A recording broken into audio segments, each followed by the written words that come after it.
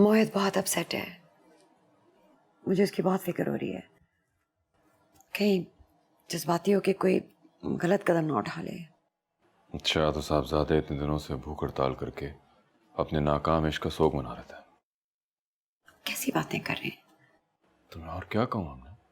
उसे इस वक्त अपनी पढ़ाई पे फोकस करना चाहिए, उसका फाइनल ईयर है और वो ये इश्क और मोहब्बत के चक्कर में अपना फ्यूचर बर्बाद कर रहा है। सरमद, उसे समझने की कोशिश करें।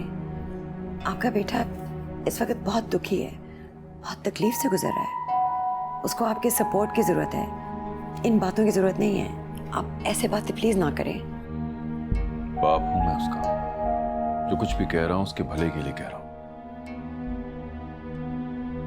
और अच्छी तरह जानता हूं मैं ये स्कूल और कॉलेजेस में परवान चढ़ने वाली मोहब्बतों का अंजाम क्या होता है। और तुम्हें उसे समझाना चाहिए, उल्टा तुम सपोर्ट कर रही हो। तुमसे ज्यादा समझदार तो वो मुकद्दस है, जो अपने माँ बाप के फैसले के खिलाफ जाने के बजाय उनकी खुशी और इज्जत की खातिर फैसले को कबूल कर चुकी है।